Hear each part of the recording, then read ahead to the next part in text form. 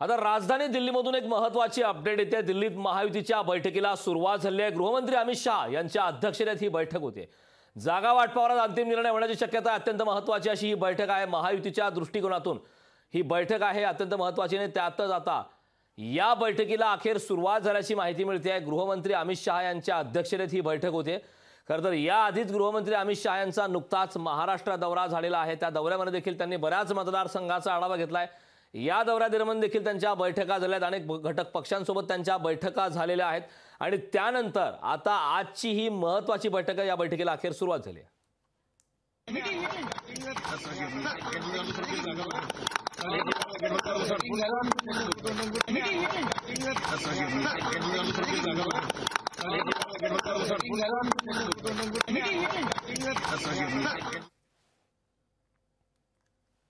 गृहमंत्री अमित शहा यांच्या अध्यक्षतेखाली महत्त्वाची बैठक होती। जागा वाटपावर अंतिम निर्णय होण्याची शक्यता आहे।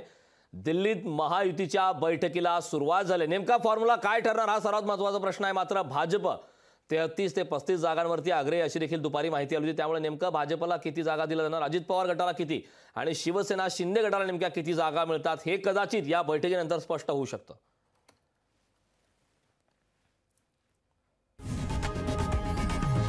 लोकशाही मराठी ऐका, पहा, जागरूक रहा।